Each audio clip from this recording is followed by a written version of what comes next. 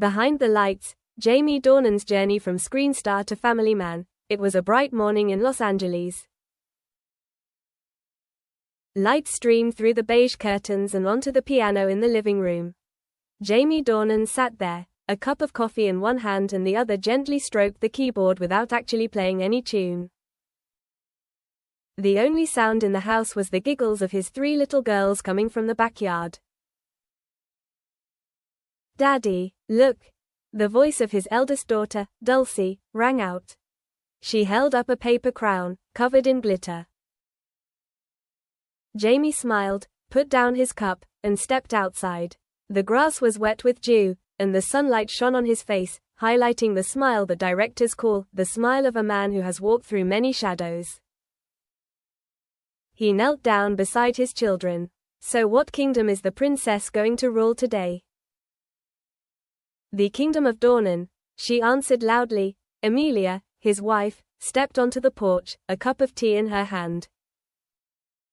Her hair was tied back, her face unmade up but brighter than any studio light. "You have a photo shoot at 10, she reminded. "I know, but if you're not here to witness the coronation of the princess, you'll be beheaded tonight." The whole family laughed.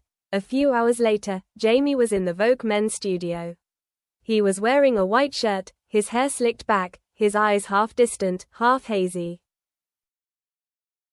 The interviewer asked, "You once said that acting helps you understand people better.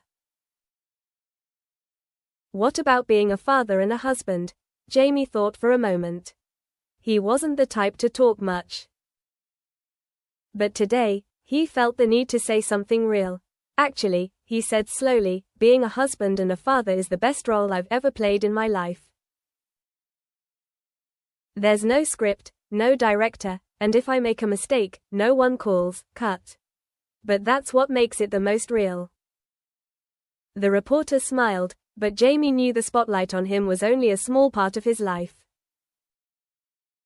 Inside, there was a world the public didn't see, where he wasn't the sexiest man of the year, but the father of 3 little princesses. The glitter and the darkness. When he got home that evening, Amelia was teaching her 2 little girls how to draw. The living room was a mess. Drawing paper, watercolors, and crayons were scattered everywhere. The sight made Jamie smile. "Do you think this is abstract?" she asked, seeing him examining the painting. "I think it's a masterpiece," he said, sitting down on the floor. "Don't you see? This is about the chaos of happiness." Amelia laughed. "You should be writing poetry, not acting. You're just living in your own movie," Jamie replied. Night fell. When the children were asleep, Jamie went out into the garden, sitting alone. The insects chirped. In his hands was a new script, a weighty role, a loner who had lost his family in the war.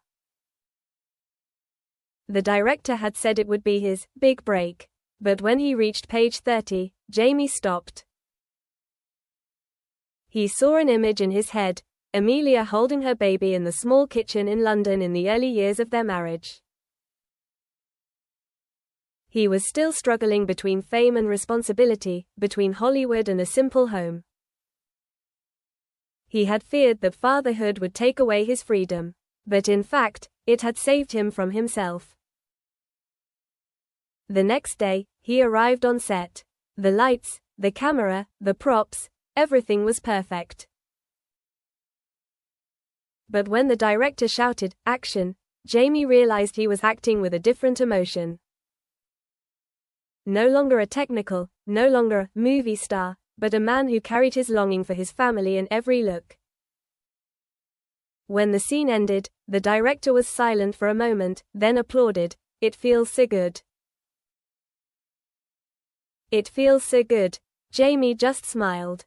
He knew it wasn't his skills, it was the deepest part of his heart where he had learned to love, to lose, to live, through being a husband, a father.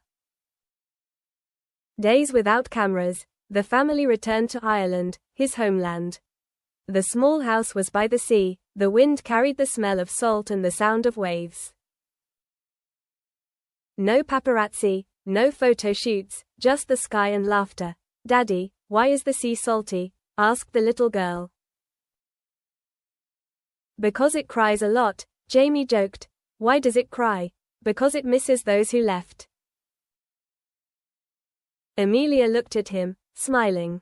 You're too philosophical. I'm just telling the truth. They walked along the sand. The wind blew her hair, and in that moment, Jamie felt time stop. All the roles, all the awards, all the noise, faded away. That night, he sat down to write in his diary, an old habit he rarely shared with anyone. I used to think being an actor was my destiny. Now I think being a father is my true destiny. On set, I can play the hero, the villain, the lunatic. But at home, I can only be myself. And that's scary, but also the most beautiful. He stopped writing. Outside, the waves were crashing steadily. Amelia came over, put on a robe, and sat next to him. Are you writing again? Yes. I'm just jotting down some thoughts. Not dialogue this time, are I? No. It's real. She leaned her head on his shoulder. Then keep writing. Don't wait for someone else to write it for you. The last role, Jamie received the Best Actor award for that film. Standing on stage, the lights were shining, the crowd was cheering, he held the golden statuette and smiled slightly. Thank you, director, thank you, crew, he said. But most of all, thank you, Amelia, and my 3 daughters. Because you taught me that every role has an end, but being a husband and a father never ends. The audience was silent for a few seconds, then burst into applause. Amelia stood below, tears welling up in her eyes. That night, when all the lights were off, Jamie put the statuette on the shelf, turned to his wife and whispered. I used to think this was the pinnacle. But actually, the pinnacle is when I get to go home. She hugged him and whispered, and you still have to do the dishes tomorrow morning. They both laughed. The next morning, when the children ran into the room and climbed into bed, the golden statue was pushed aside, almost falling. Watch out, Jamie shouted, then laughed. Dad, what is this? Award? For being a good actor? Yeah. Is there an award for being the best in the family? Jamie paused, then hugged his children tightly. Yes. And I just got it, right now. In the afternoon, he went to the beach alone. The waves still crashed on the shore, no different from the year before. He looked out into the distance, thinking about everything, fame, art, family, what he had lost, and what he had.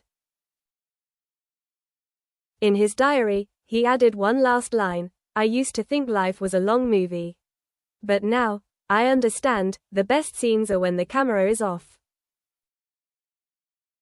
He closed the notebook and looked up.